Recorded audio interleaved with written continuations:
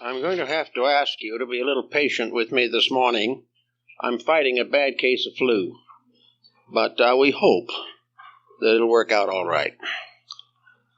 This morning we are dealing with one of the basic realities of life.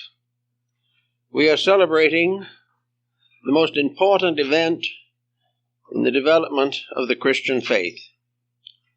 We are accepting the resurrection of Jesus Christ as a spiritual reality and as a proof of an omnipotence beyond all mortal control and directive, by which the individual can become closer in his understanding of God, life, love, and his own faith.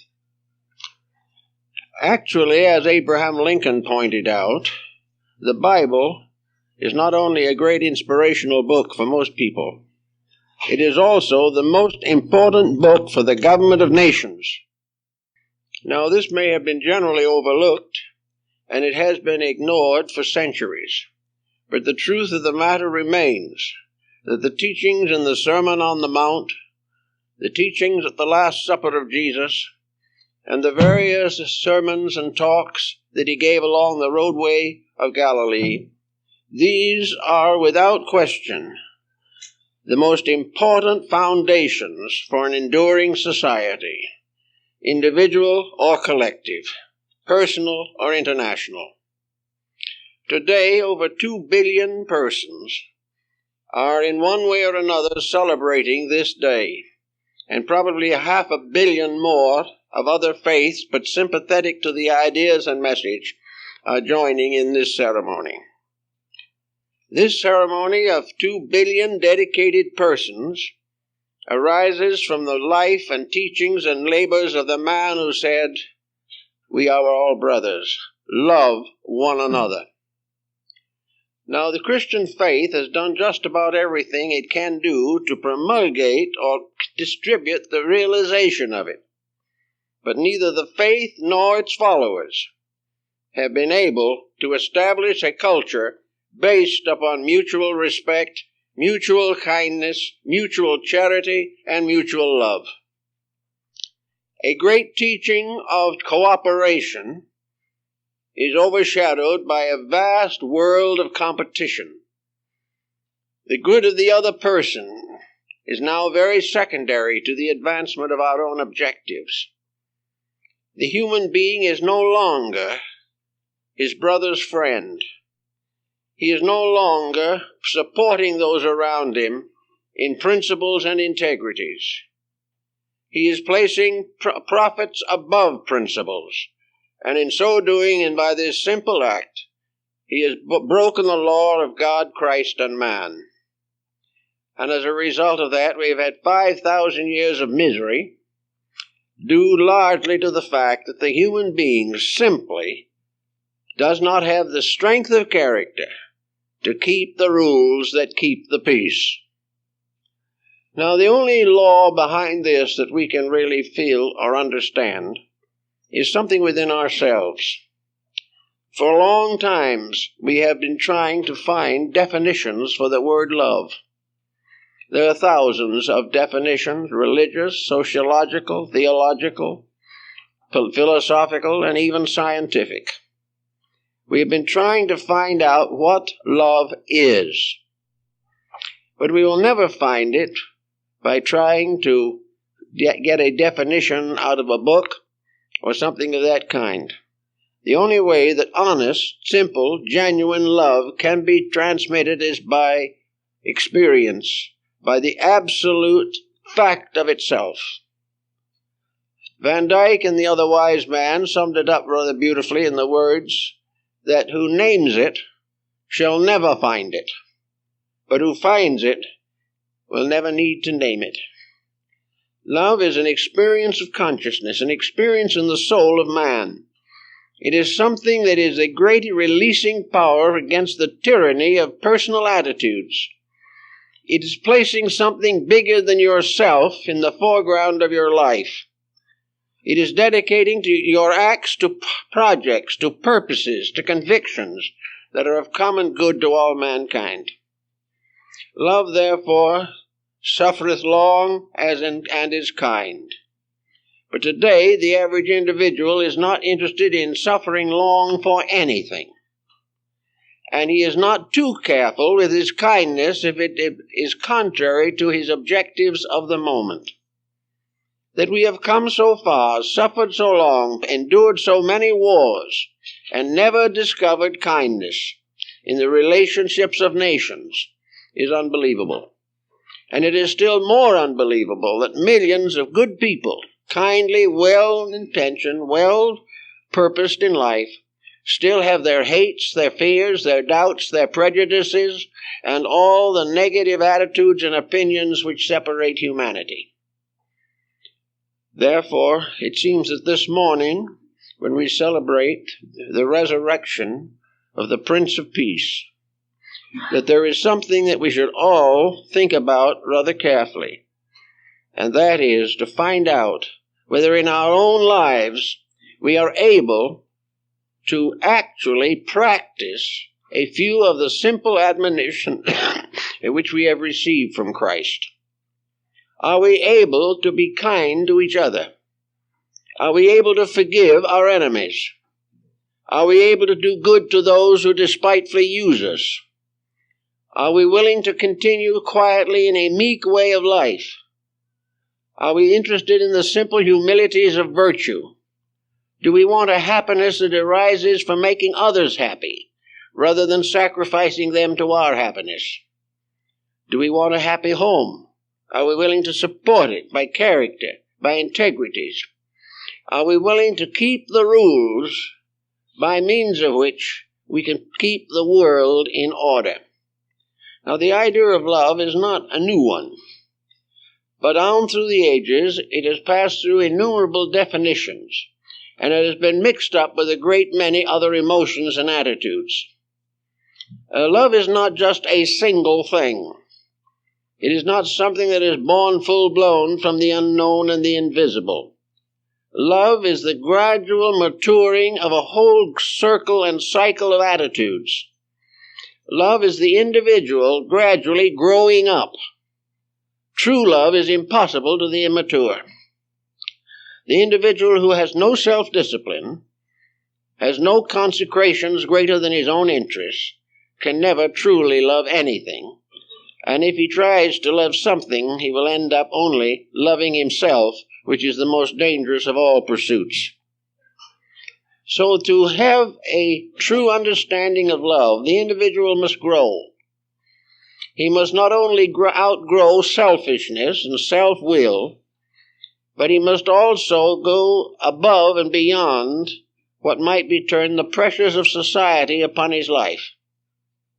He has to be an individual. He has to live his principles whether others do or not. Nations must do the same. The individual cannot love until he has achieved a kind of psychic or emotional maturity. Love is a mature emotion. It is not the mysterious bubbling of adolescence. It is a deep, lasting, enduring dedication. Love is not merely staying with it till it hurts and then walking out on it.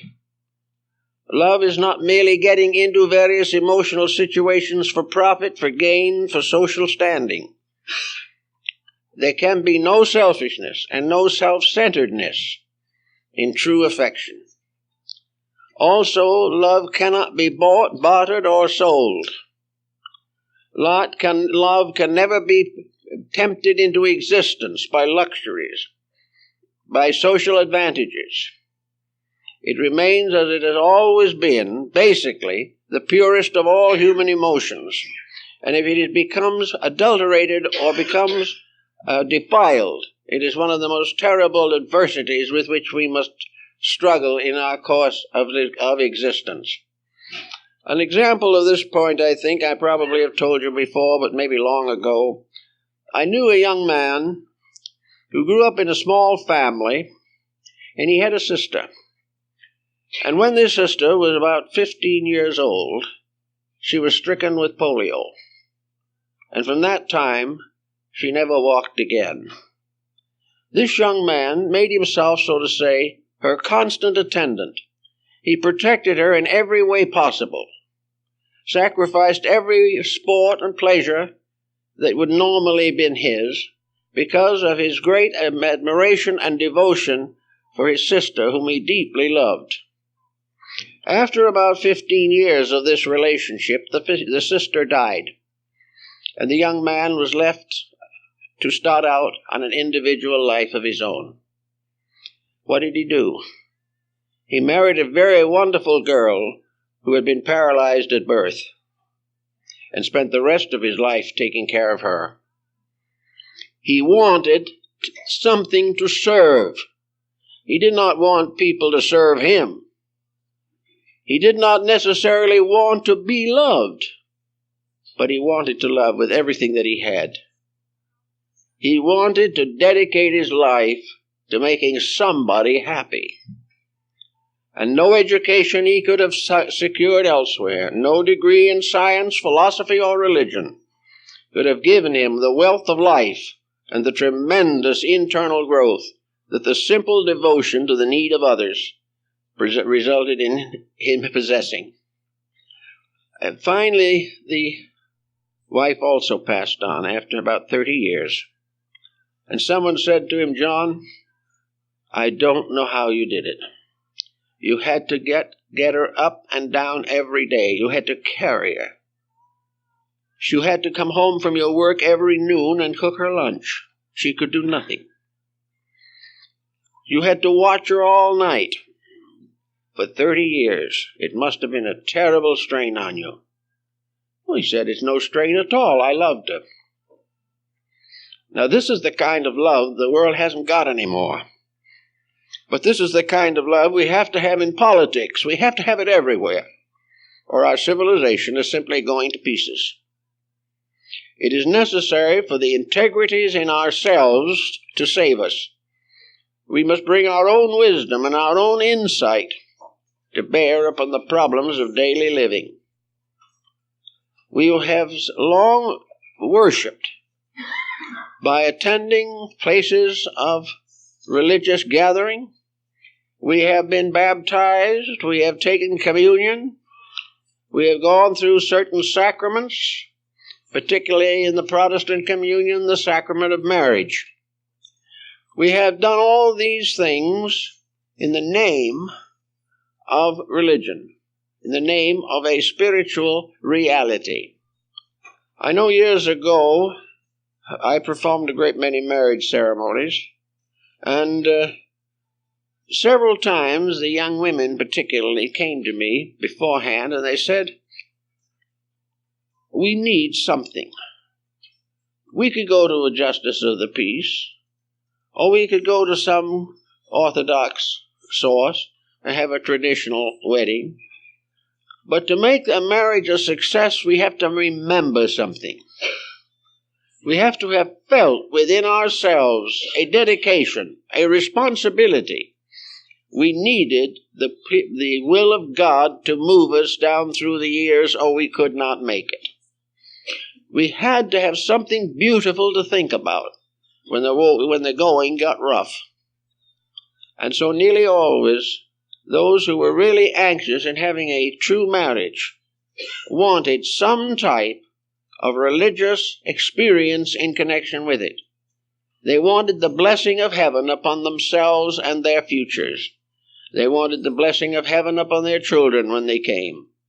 And they wanted to grow old and quiet together under a blessed attachment which had been strengthened by a moral dedication. So in these days, we can go back to the Pharaoh Akhenaten, 1100 years before the beginning of the Christian era, and we can see this frail, sickly man who died of a broken heart. We can see him attempting to convey to Egypt the idea that humanity is a family, that everything about mankind is part of a family pattern in which all the members of the family are mutually desirous of contributing to the happiness of each other. While the pharaohs of Egypt had their stone statues along the banks of the Nile or on the arches of their great gateways, Akhenaton told them that when they pictured him, he was to be pictured with his arm around his wife, and also his children must be playing at his feet. Because, he said, I am the ruler of a people, but my people is a family. And my love for my people is simply the extension of the natural fact that love binds all things together in something stronger than any physical ties that can be made. His love destroyed him. His enemies could not understand it. And yet he remains to this day as probably the first enlightened individual recorded in history. Also, when he was holding audience at court, and the time came for his wife to speak up, or to be involved in the discussions, which they usually were in Egypt, he would always refer to her, he would say to the people, "This is Nefertiti, my other self." And all through life, this peculiar tenderness marked a truly great person, whom the world now begins to recognize. On the other end of the long line is Mohandas Gandhi, who's always been a kind of prophet in our thinking. On one occasion, Gandhi said, "This world will never know peace until all peoples are bound together with nothing stronger than the single silken thread of love. Love alone can do it." And today we honor one who we love and we believe we want to serve. But if we really want to serve, we do it not primarily by going to church, or primarily by the daily Bible reading, or by any of these things, or by having sacred pictures on the walls of our houses. The real service, the real message comes in mutual conduct, one with the other. We have to outgrow something. Between our love principle in our souls and its expression in life is a strange personality equation, full of self-centeredness, full of false ambitions, full of prejudices and tyrannies and intemperances and intolerances. This personality, which we like to cater to forever, is not only a personality that brings tragedy to ourselves, but the compound of this personality has resulted in over 8,000 wars in the course of history. That is rather too many. And many of these wars have been fought to defend peace, but they never succeeded. We have fought also about religion and about the very brotherhood which we need so desperately. And yet, after it's all said and done, and we look around ourselves and we say, well, what can we do about it? It's truly a terrible situation. And if it continues as it is, it'll be a fatal situation. Fatal in the sense, not that the world will be destroyed or that humanity will be destroyed, but that thousands of years of consecrated effort will come to nothing if we do not take on the responsibility of mature relationships with each other. It is no longer possible to think of love merely as a physical attraction. And in spite of the literature to the contrary, in spite of the fact practically all our entertainment is based upon a frothy type of human relationships, none of this is going to do very much to protect us in time of trouble. The thing that protects us is the long-wearing virtue of integrities. Now, in order to love, you have to have the strength to do it. And strength is something that is also being generally sacrificed. We are not being strong these days. We're leaning on every support that society can produce. We can't make our own living, we can't find our own jobs, and we haven't sense enough to save a few dollars when we need them. We have no self-discipline. And therefore we are dependent upon a continuing expansion of social privileges, and the more we get for nothing, the less we're going to earn. We are not interested in taking hold of our lives, or our nations, or our world, and putting it back on its feet. And no matter how much we pay for legislators to do it, they will not do it unless they have a greater insight than ourselves. And for the most part, this is not true. So, we have to get to work and do some of these things.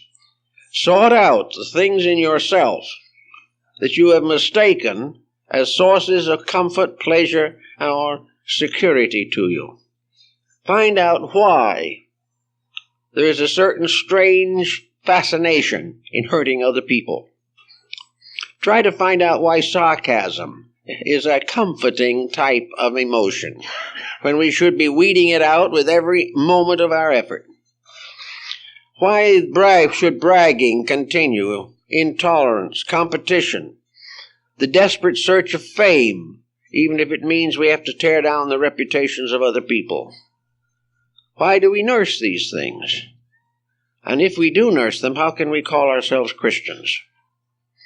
Christianity is not a conversion to a faith and then keep on living as you did before. And to most people, a conversion by modern methods usually lasts about 1 year. I spent an afternoon with a group of elderly clergymen who had been in the missionary field long ago, and I asked one of them, I said, how do these conversions work out? See, one of them said he'd saved about 500, another one said he'd saved about 5,000. It was quite competitive, by the way, for a Christian gathering. And he said, well, I'll tell you, we used to want to go around the country, you see, and have these tent meetings and baptisms, and they came down the Sawdust Trail. I said, well, how long did it last? Well, he said, about a year. We got them converted, but if we didn't come back within a year and do it over again, they were bad backsliders after a short time. And this is the problem. Under the hysteria of the moment, under a great emotional appeal, under a very brilliant orator, the individual may be moved to some kind of a temporary improvement. But when it comes to crossing his natural interest, making him do things he really doesn't want to do, his religion gradually fades away. We have today alcoholism in the great Christian world, something that should never have existed. Narcotics. And we have narcotics very largely being manipulated and exchanged and handled by nominal Christian people. This isn't good. Why do we do these things? Because they're profitable. So little by little, we have crowded our ethics out of our lives. We have taken the attitude that success is the only valuable thing, and to it we must sacrifice all else. Now there's another side to this coin also. We are sacrificing all that is best in us for a certain amount of temporal gain. We are sacrificing our divine birthright for a bowl of porridge. And when the time comes, what happens?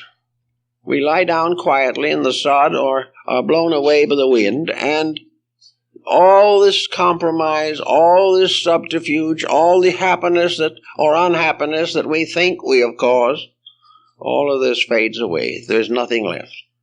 As it was said of John Taylor, the water poet, in our lives we write our careers on water. And they vanish. So what is the result of all the compromises? Just that we fold up and depart as we always have. But one difference. When we fold up and depart, we nearly always leave something behind us for someone else to pick up. We leave debris behind us. We leave misery. We leave tragedy. We leave children who are wrongly brought up. Business that is not properly or justly maintained. We leave false incentives and false ambitions. and we leave this terrible struggle for profit as uncured within our own selves. So the world gets a little worse after we go because we lived, when in reality, when each of us passes on, the world should have something good to remember us for. So we're going to have to recognize that all the compromising that we do in order to accomplish our own personal desires, all these things, all this compromise leads to nothing. It never has succeeded, never can. For all this great struggle of competitive materialism ends at the grave. And we take with us out of this life only what we brought in ourselves. So with this, it shouldn't be so difficult for the individual to say to himself, let's make this daily life a little happier for everyone. Let's try to do it right for a change. Let's take the individuals whom we have ignored for one social reason or another and see if we can't patch up these differences. Let's get rid of 3- and 4-generation family grudges. And most of all, let us make sure we don't start new ones. Let us forgive all that we can of those who have injured us. If Christ says to us, forgive each other, this is the highest doctrine in the world. But it's pretty hard for the average individual to forgive an unpleasant relative or an unwieldy politician. Actually, the first impulse is to revenge. And it is revenge that has ruled the world for thousands of years and caused the wars, crimes, delinquencies, and miseries of the ages. Looking back over history, it is amazing how much beauty has been destroyed by selfishness, how much ambition is torn down, and how little it is gained. The tyrant who gathered a great fortune or became a ruler over men vanished away. For as one philosopher rather wisely observed, no individual has ever been able to kill his own successor. That is something we can't do. We struggle for a while, try to do what we want to do, and then we go. And it would be a very good idea to try to make this going a little bit better for everything involved.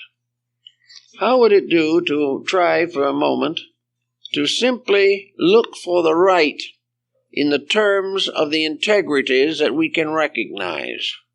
We have from the New Testament a great many wonderful thoughts. We have the great belief or realization of the inevitable friendship of mankind. The New Testament emphasizes friendship above brotherhood, strangely enough, because brothers can have a heck of a time. They can be at each other's throats all their lives and never speak to each other after they're 10 years old. But friends, it's a little different. We may be unhappy if a false friend comes along, but friendship as a whole has more endurance and more possibility of development, and gives us the privilege to pick those that we wish to have close to us, rather than to depend upon alliances of blood alone. So friendship is very important. But in order to have a friend, you have to be a friend. And the having a friend is delightful, being a friend is a nuisance. And this type of thing is part of an immaturity that has been trained into us. A small child, 2 or 3 years old, doesn't seem to have any great difficulty in loving its mother, and she has no difficulty in loving it. She realizes the trust that the child has. She feels the tremendous responsibility of caring for that child. But as she gets older and the child gets older and the things change and break away, most of this noble nearness is lost. And each goes off into a way of their own, in a world in which love is not a dominant factor. Real love, apart from physical relationships, which are very impermanent, real love is rare. And it's not easy for a child to find an example or examples of individuals or societies or nations that really have sincere regards for each other. To find, when you go out into the world, that all the nice things you thought about are false is a great disillusionment. Years ago, when I was young and in my prime, about 12 years old, I went to Sunday school. It was more or less of a harrowing experience, I'll admit. But it had its advantages. And one of the observations or occurrences was that we followed the journeys of St. Paul with red tacks on a blackboard. And we found all the places where he was shipwrecked or where anything happened to him. And we learned how he was treated here and treated there. And we found out how he preached in Athens in the Acropolis, and also how he was shipwrecked on the island of Malta. All those things were part of a fascinating discussion that was very interesting. So I listened then with more interest to the 1st and 2nd Corinthians and found out some of the things that he had to say about life. How he definitely recommended that everybody forgive their enemies, how love suffereth long and is kind, and how it is most important, and how faith, hope, and love are very vital, and the greatest of them is love. All this was very inspiring, because we were having a little family difficulties at that time, so I thought I'd go home and take the glad tidings that the relatives who have been combating each other for about 100 years would have an opportunity to understand the full implication of St. Paul's message. After I got home, I learned that they had taken on the full implication of my insubordination. And from that time on, we went on speaking terms for a long time. And the golden rule and things of that kind had no effect on the feuding relatives. They didn't care anything about what St. Paul said or what St. John said. And it's questioned if they'd believed anything if God had spoken in person, because they had unfinished business. There were still a few unpleasant things they could do while they were still in this world. Now, this is unfortunately too common. It may not be quite as outstanding as some of my examples, but the same principle follows. How many people who say, especially in mysticism and in the higher esoteric phases of religion, can they say that they have no prejudices? How many people can listen to a news report without castigating someone whom they know nothing about?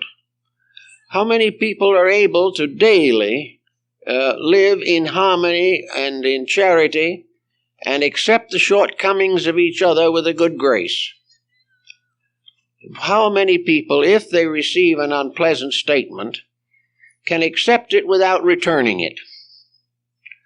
All these little daily things, the aggravations of life, are completely contrary to what we might call a good Christian existence. Now people will say they can't do it because they can't afford to. They cannot be right because they cannot afford to. But for the most part, the virtues that we need to cultivate for our own security do not in any way interfere with the normal relationships of life. They do not say that we cannot have friends or that we cannot pick them. They do not say that we must become paupers and go out with a begging bowl. What they tell us is that we must live according to the Christian idea. That we must live with love in our hearts, kindness in our manner and demean. That we must do things gently and lovingly, and try in every way possible to return good for evil. If we can do this, many of our problems will solve themselves.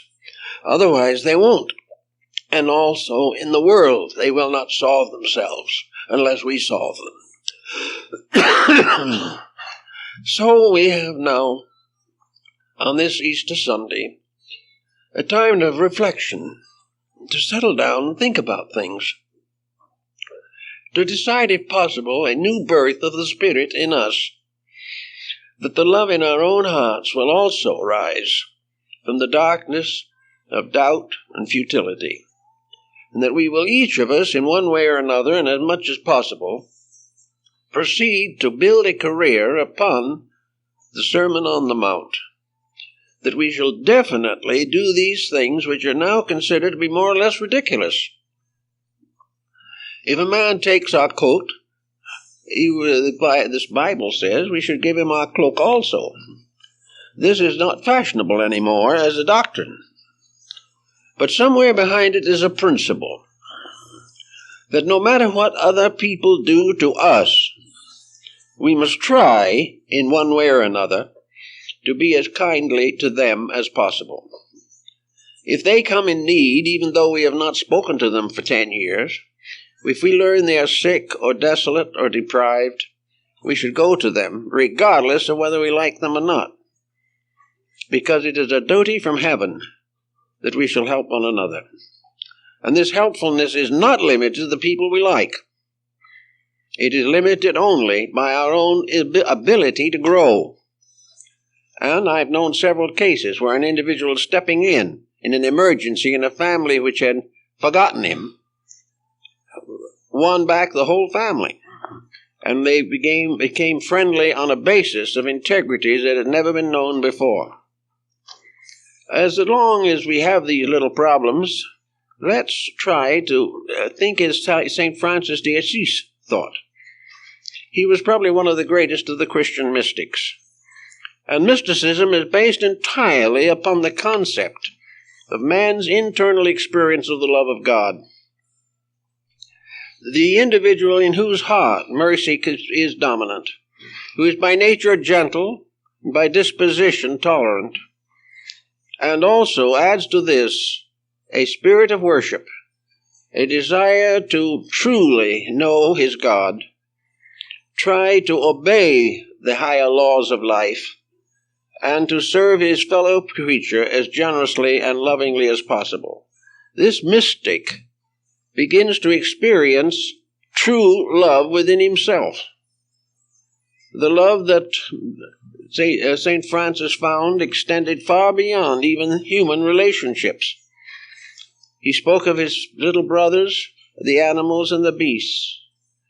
He spoke about all the planets and all of the flowers growing in the fields. They were all his children. They were all his relatives. They were all part of his life. And in honor of him, now in many countries, animals are baptized or blessed in the course of Christian worship. And it was a good idea. It would be more blessed if more were blessed. Because actually, most of the things that we do badly, whether we know it or not, are hurting us. When we think we have outgrown something, or through a materialistic allegiance have become too sophisticated to pay any attention to simple things, we find ourselves in a very difficult situation.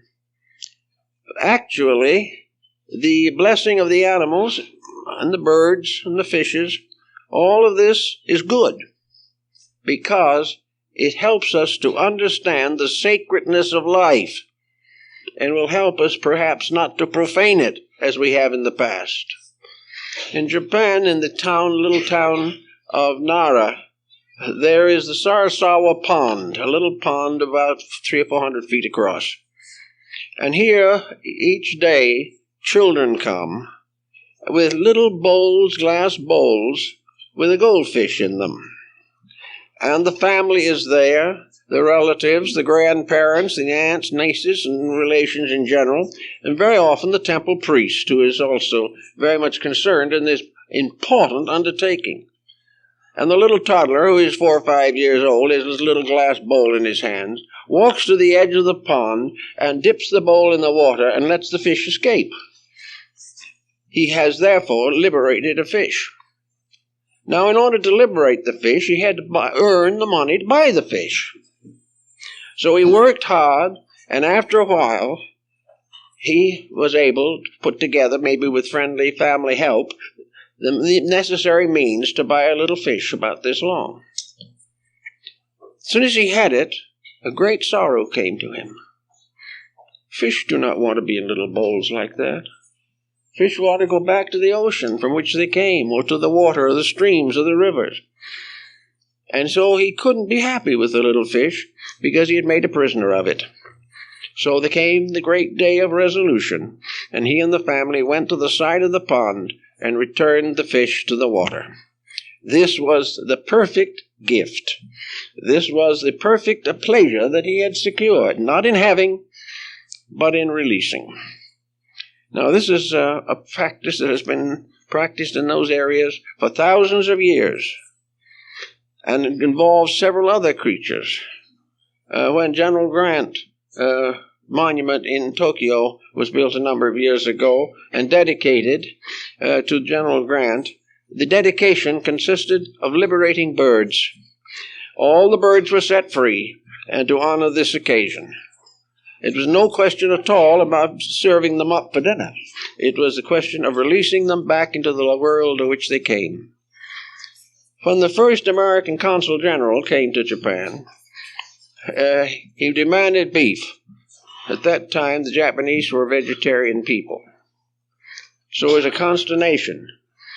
And, of course, everyone who had a cow or anything of that kind hid it immediately or sent it up into the mountains where it couldn't be found. But finally they got a renegade of some kind, backslider from their own beliefs, who sold them a cow. So the cow was properly slaughtered for the consul general, and an international incident was prevented. Some years later, a monument was dedicated on the site where the cow was killed. And the beautiful statue of the cow is on top of it, stating the sorrowful circumstance that it had been martyred for the service of a barbarian. And this was what it meant. Now, these are maybe a little extreme, you know. We don't want to go too far with this. But the principle involved has something about it that is very beautiful. The principle of preserving, of taking care, of loving, of doing everything possible to protect life. In the older days, the Japanese people, when they wrote a letter or threw away some scrap paper, never threw away a piece of paper without, first of all, burying it, because it had words on it. And these words might be very important words. You just didn't throw away words. If you didn't need them, you put them away, where they would be permanently taken care of by nature. These things are sentimental in the extreme. There's no question about it. But you can be on the other side of the situation and be so unsentimental that you gradually lower the integrity of your own heart. You're not thoughtful anymore. You're not kind anymore. You're perfectly satisfied to hurt anything you feel like hurting as long as it pleases you. This is not good. I was talking not long ago with a nutritionist of considerable standing. I don't want to name anybody, but there was a prominent person. And they told me, they said, you know, there's one of the greatest troubles of the American people at the present time is that they're eating far too much meat. They're going to pay for it. They're going to pay for these $5 steaks, and it's not going to be in terms of money. All of these tremendous overdoings of things, these catering to appetites at the expense of integrities, this useless waste of life that we have become adjusted to, is part of the cause of our troubles. Experiments in Scandinavia during and after World War II proved definitely that there was much more nutrition by you eating the grain the cow ate than there was to eating the meat of the cow afterwards. And the grain had none of the toxic consequences or by-consequences that we are a little worried about. So somewhere beneath doing it right, there is also a permanent good. There is a realization of value. There is a protection of health. There is a protection of life. Now, it doesn't always follow that a bad disposition shortens one's years. I know several rather aged people who have done very well by nursing their grievances, as far as years are concerned. But the day they began to nurse them, they really died anyway, because they lived for nothing but to carry on the unpleasantnesses which they had made to appear important. But actually, health is better advanced by 1st and 2nd Corinthians than by any other physical medical formula that can be set up.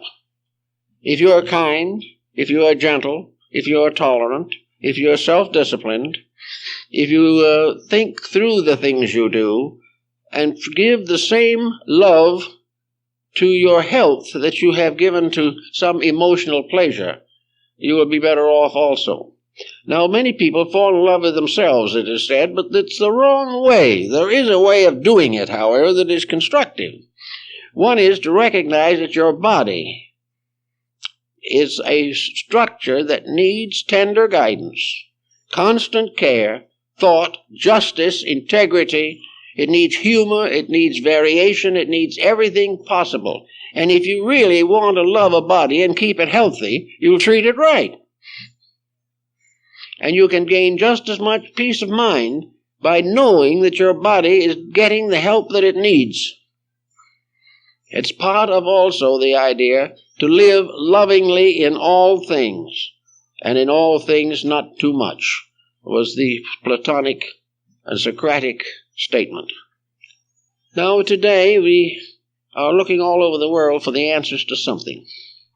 We know we're not getting there as we should. We don't know what to do about it. I think that instead of trying to find out who is the noblest among them, leaders in all forms and walks of life should realize that whether it is in one sacred book or another sacred book, it is in all of them. Namely, that love is the answer to the solution of everything that arises from discord. If the individual can transcend self-interest, selfishness, if he will mature his own inner life, there won't be any more holy wars, which is one of the most ghastly contradictions that there is in life. There will be no longer these terrible feuds. We will not have crime rampant as it is now. If people cared for each other, had an honest affection, and were able, therefore, to turn their activities into labors of mutual benefit, there's no reason why people getting along happily together cannot have a wonderful time through these years of life.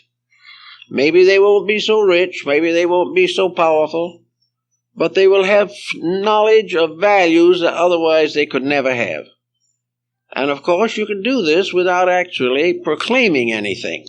It's not necessary to go out and wave a flag. It is simply necessary to begin to behave yourself. And in the course of time, you will be surprised on how it counts.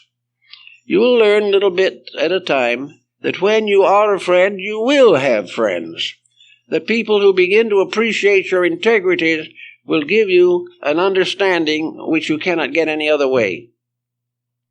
So on this Easter morning, I think we ought to very deeply appreciate the fact that to the Christian world, Jesus Christ is the embodiment of divine love. He is the embodiment of that great good which rests forever in the heart of eternity. He bears witness to the way of life in the house of dark places. He came to set a symbol upon us that we should obey the simple instruction of virtue, that we all can know what peace is, and by becoming aware of the grandeur of it, we can help to share it.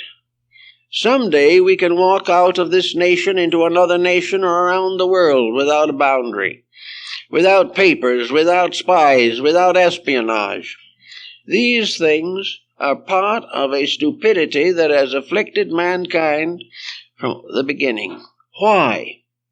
Why did the human being always put the wrong foot forward? Well, one of the reasons was because he was selfish. Selfishness is perfectly willing to sacrifice almost anything else for the advancement of itself. Ambition has created more miseries than almost all other forms of lawbreaking. The unbridled determination to achieve worldly accomplishment, fame, and distinction. The idea of marrying for money. The idea of nobly quoting and watching for opportunities to discredit someone else so that we can take their place. All this type is foolish. The wealthy families are not happy. And today we can see by the press the miseries they're in. No one can be happy because he has broken the rules. But very few people are strong enough to keep the rules. Now there's another side also to this problem. And that is, how are we going to escape the pressures around us? A great many people have always decided the fight was too hard. So they have retired from the world. They have taken on sacred orders. They have departed into distant places. They have built hermitages on the tops of mountains. They have decided to renounce mankind because they can't live with it any longer. So they go off by themselves, and this again is a complete mistake. No individual can become more proficient in the realization of the divine plan for man. No one can become more proficient unless he is in there fighting. Fighting in a sense of living from day to day, keeping the faith, keeping the truths in the presence of adversity and animosities, staying with it. Because it is only by staying with it that we grow. It is only then when we are tempted to do wrong that our virtues are worth anything. To run away from temptation is not to be strong, it's to be very weak. But to stay where we are, in the place where we are, and take on the job the best we can, has its rewards. Now, a person is not expected to make a complete change of everything that they are. But we can, I think, do a great deal of good every day by trying in simple ways to cultivate a few constructive attitudes and relationships. One common thing we should all think about is to try and find how to bring children and parents into closer understanding, how to find out the principles upon which mutual respect can be built. To do this may take quite a bit of thought, particularly if it has been delayed until wrong foundations are deeply laid. But anywhere around us, where there is an animosity and antagonism, wherever there's a prejudice or conceit, we can go to work on it. We can determine to the best of our ability that we are going to become truly religious people. For as we find in the Bible, if you love me, keep my commandments. Many people say they love God or love Christ, but they do not keep the commandments. Now, if these commandments were a bunch of superstitions, as lots of people would like to think they are, it would all be different. But no one has ever proven that the commandments as given by Jesus are superstitions. No one has ever been able to prove that the world can gain anything by breaking them. But there are many ways of proving beyond doubt that we can gain tremendously by keeping them. Whether they were devised by some mortal in ancient times, or whether they came directly from heaven is not important. They are the basis of a conduct by which we can survive. They are the basis of relationships which are necessary to our own well-being. Therefore, they are worth thinking about. We know that we can, with effort, make changes in ourselves. So, let us think now, not of what heaven can do for us, but what we can do to advance truth in our own lives. Advance beauty and integrity. Advance common affection and regard. Know the neighbors. Know the friends. Try to understand people in trouble. And if there is spare time, nothing to do, don't waste it. Try to use it for the common good. Many people today would be far happier and wiser and better if they'd cut down the televiewing program and donate time and energy to constructive philanthropies. This business of constantly pleasing ourselves, thoughtless of the effect of others, or by simply believing that we give $1, that takes care of everything. The gift without the giver is bare. The entire problem of life is to gradually release, in a sense, the Christ quality through ourselves. The Christ in you, the hope of glory. The Christian principles being lived by each of us in our daily life, these, when they flow from us, become virtually a second coming. These principles coming forth from us return the Christ power to the world and return to man the peace and tranquility of inner security. Therefore, it is very important to try to find some way the presence of God, to practice the presence of God, to live every day not in a smug theological way. We don't even have to think of it that way. Instead of thinking of it's going to make us theologians, let us thus say it's going to make us better parents, better husbands and wives, and better citizens of the community. We don't have to hang any theological tassels on it. All we have to say is that it's common sense, and that common sense just happens to correspond constructively with the way of God.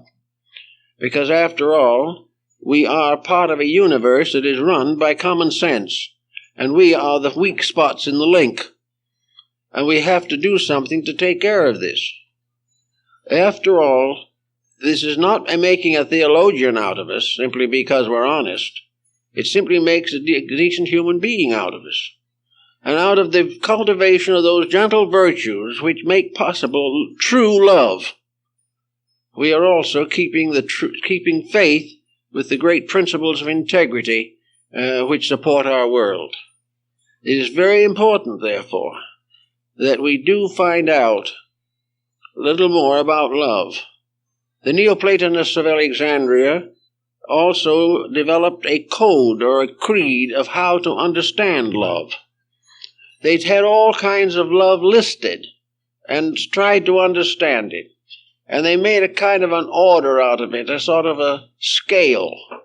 And at the top of the scale, they put love of God.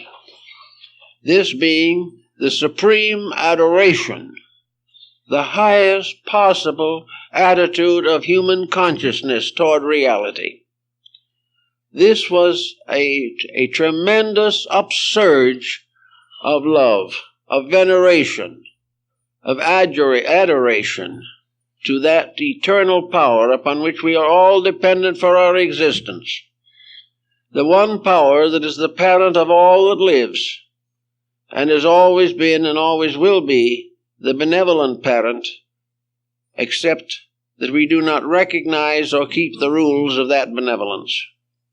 The second on the line of love was veneration for the saints and sages, for those who by one power or another had dedicated their lives to the instruction of their fellow men, who had unselfishly taught the very truths and principles that are essential. Some of these were persecuted, some of them were martyred, but they are the heroes of the world, the greatest of all human beings. Therefore, we have a proper reason to respect them, to admire them, to venerate them, and to consider with gratitude their presence in our world. Therefore, another factor in love is gratitude. The ungrateful lover is in a bad way. The third level, of course, was a little different type of thing, but the same thing, and that is the love that we bestow upon all kinds of things in nature.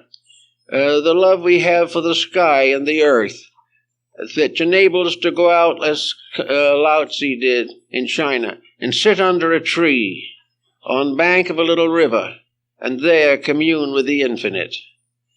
The love that steps out of itself is to embrace all these natural things. Gratitude for the wonderful privileges of existence. Gratitude for the sunsets and the sunrise. Gratitudes for the fecundity of the earth, for all the benefits we enjoy. This is a gratitude which makes us always in debt to the universe to which we belong. A debt which we must pay by service, by integrity, by idealism.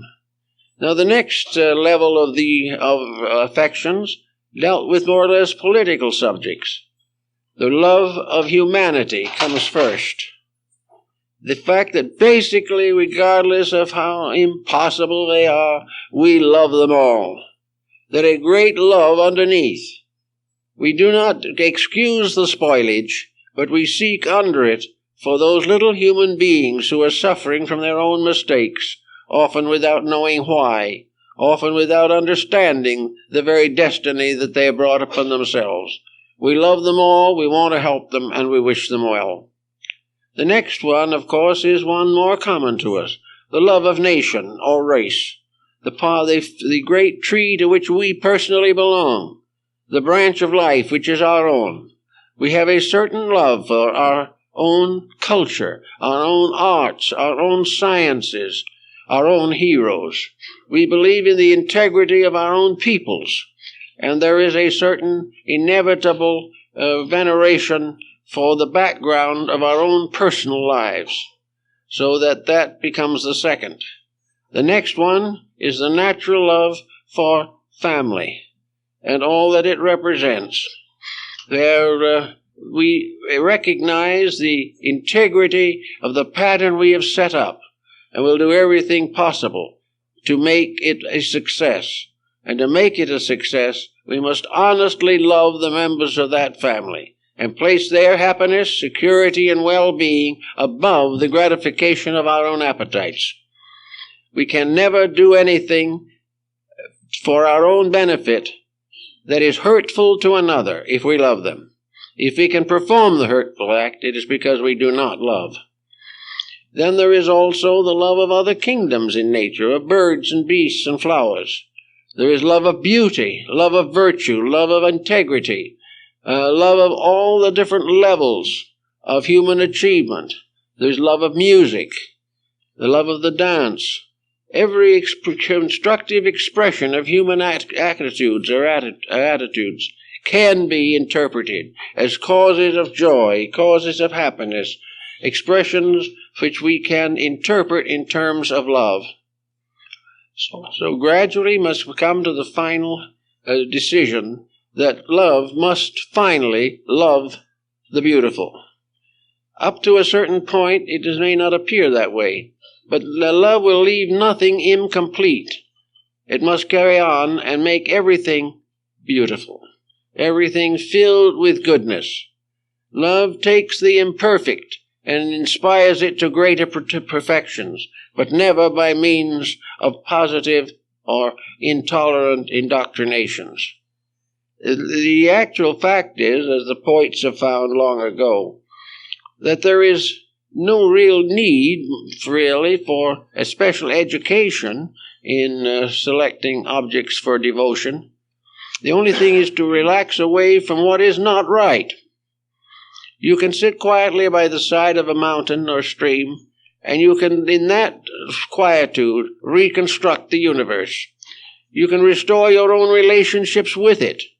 You can become aware of the transcendent beauty of life as life. All of the false things can fall away. And in quietude and silence, you can learn to recognize the infinite benediction and blessedness of the divine plan. Also in the quietude of your own home, in the silence and sympathies of the day, you can quietly contemplate the labors of love. You can realize how as gradually you can transmute the antagonisms that you've nursed through the years. You can love again things that you have forgotten or have renounced because of your own misunderstandings. So out of it all comes the Christian story, the story of love that was made flesh and dwelt among us, and we knew it not, and we persecuted it, and we allowed it to perish, rather than to take over our lives and give us a share of life everlasting. Today we are again persecuting it. We are again failing.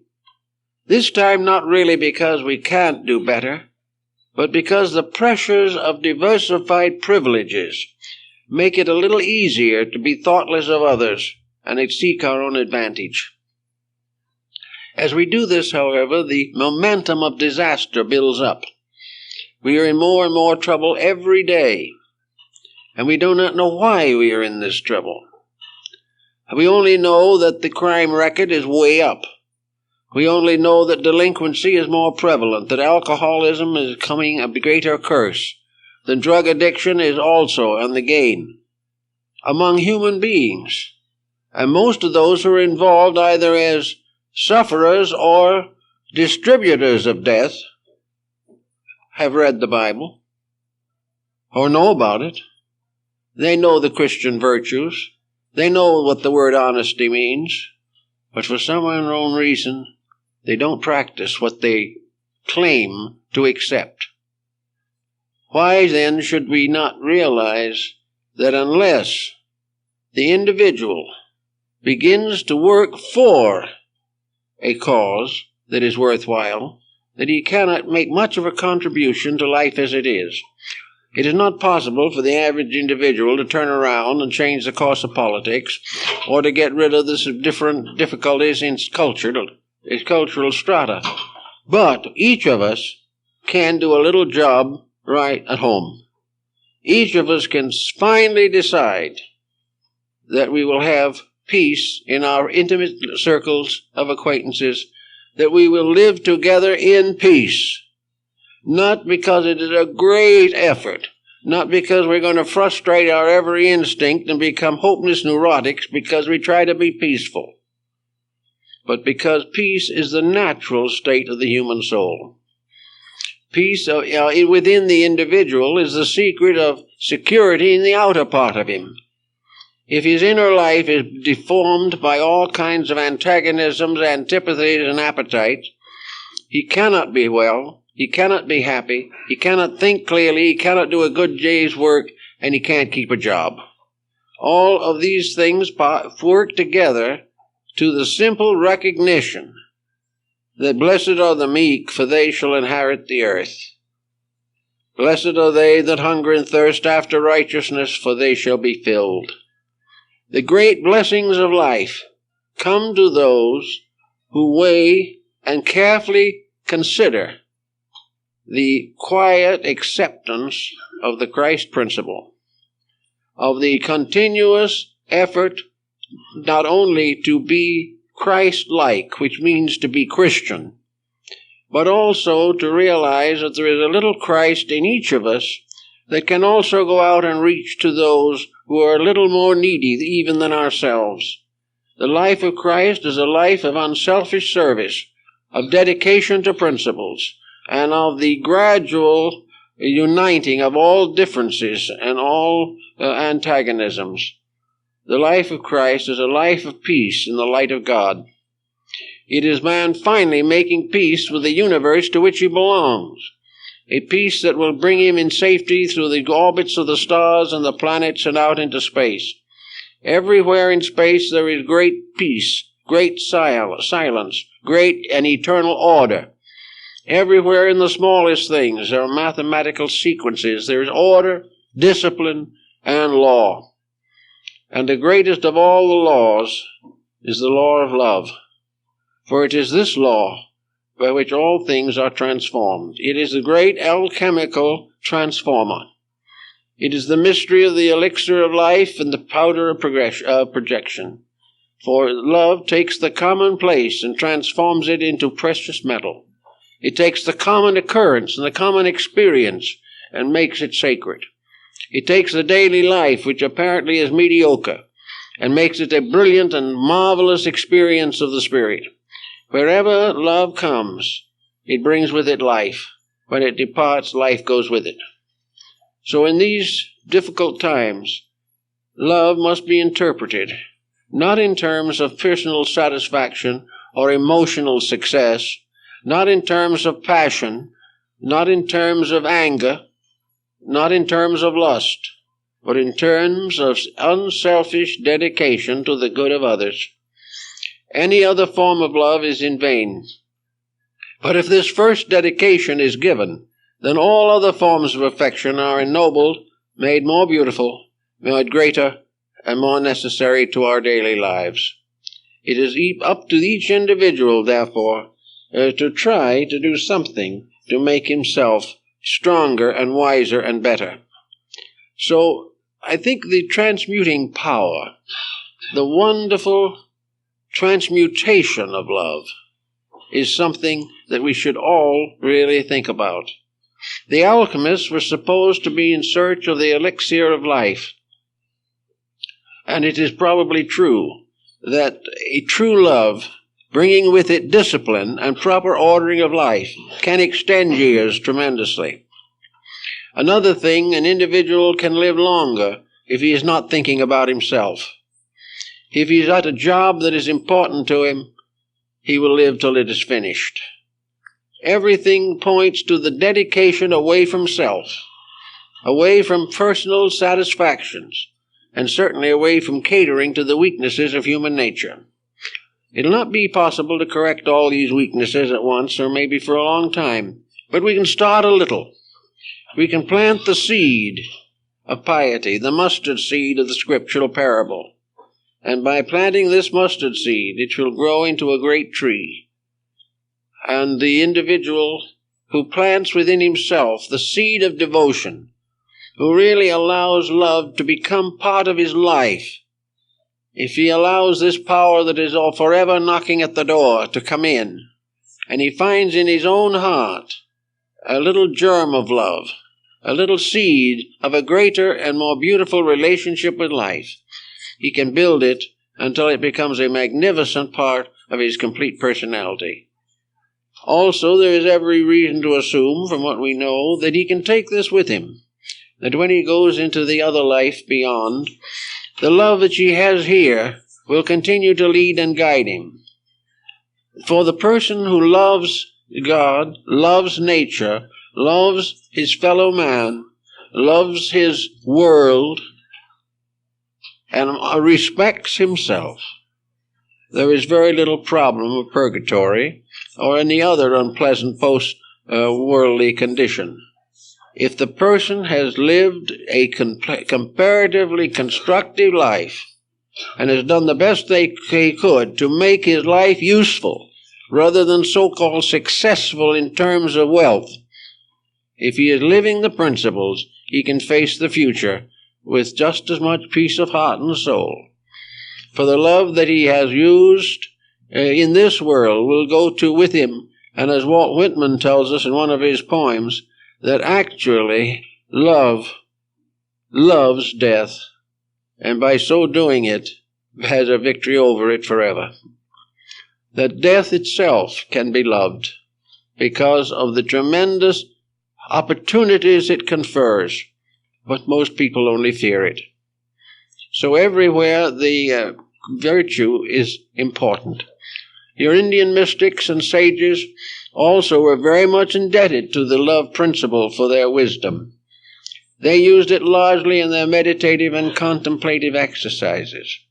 One of the things that they did was to try to create the transcendent being within themselves. Knowing what they are and what they do in daily life, they chose to meditate upon the fact that within themselves is another being, a being which they can visualize, that they can create by visualization, that they can actually put together by their own thoughts and their own dedications.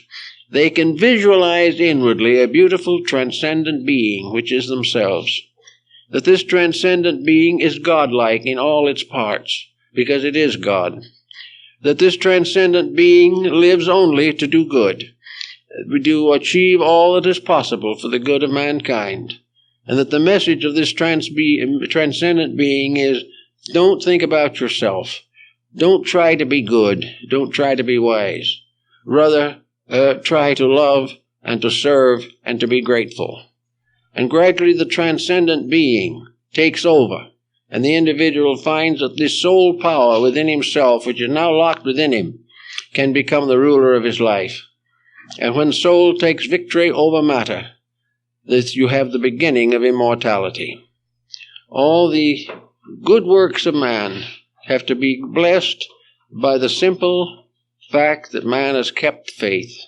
that he has kept the principles of religion, that he has used them in daily construction of worldly problems, the daily interpretation of the commonplace, but in so doing has continued to build within himself the over-self, that is mysterious and wonderful power, which is the power of soul over body.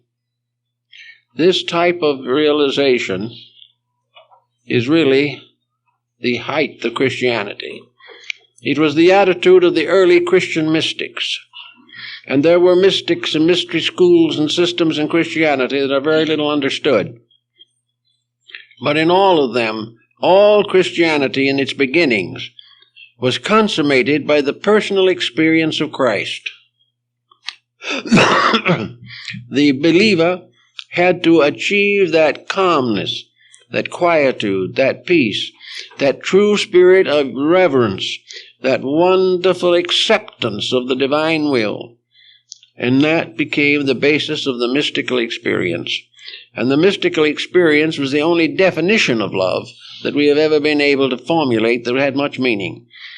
It was the mere fact that the individual suddenly felt himself picked up into a marvelous union in which he became again like the small babe who was perfectly happy, perfectly confident, at peace, and completely strong, held in the arms of its mother.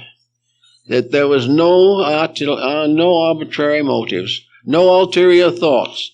The little child reached out its hands in pure and simple love, with a strange feeling, intuitive, that this love would be returned. And this is what mysticism really was. It was the child heart in man reaching out to the eternal parent with complete certainty that that parent can never fail. This is the type of thing that we call childlike, but it is probably far more mature than anything we know. And at this time, we all need to find some source of good. And the source of good can be a dedication. It can be a determination to come a little nearer to the mystery of love by weeding out, one by one, attitudes that are not loving, attitudes that are not kind, attitudes that are not beautiful. If we can do these things, we not only fulfill our destiny, but we are Christians. And until this happens, we are somewhere on the outside looking through the bars at something that we have forbidden ourselves the right to experience. So on this occasion of Easter, as a part of our divine year, so to say, we have a new birth of the Spirit in ourselves. We have the resurrection and the proof, the eternal proof, that there is in man the power to redeem him. And that power to redeem man in man is God. And that this power is in all of us. And when we are tired of being sick, tired of being miserable, tired of being cruel, we have always the perfect right to express through ourselves the healing grace of God. We can be agents of the release of the divine through our own natures. This is something we should all work towards. We won't all make it right away, but we can all try. And the first effort will be just a little more peace, a little better understanding, more friendship, less worry, less fear, and most of all, a greater sense of belonging to a divine plan by which we were fashioned, by which we will be perfected, and that we are beginning to walk along the road that leads back to the divinity from which we came.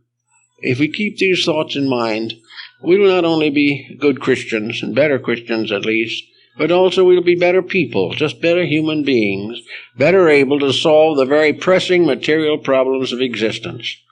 For the victory of spirit over matter is the victory of solution over problem. And the victory of soul over body is the victory of truth over error. These things can be worked for, and if we work with them carefully, we will be well rewarded. In the meantime, have a happy Easter. I'd like to announce at this time that we will have a memorial service at 1 o'clock here in the auditorium for a friend of the society whom we have all known for a great many years, and the husband of Mrs. Thomas, who is a librarian and whose husband passed on recently. So we'll have a little memorial service at 1 o'clock, and you're all invited if you wish to attend. Thank you very much.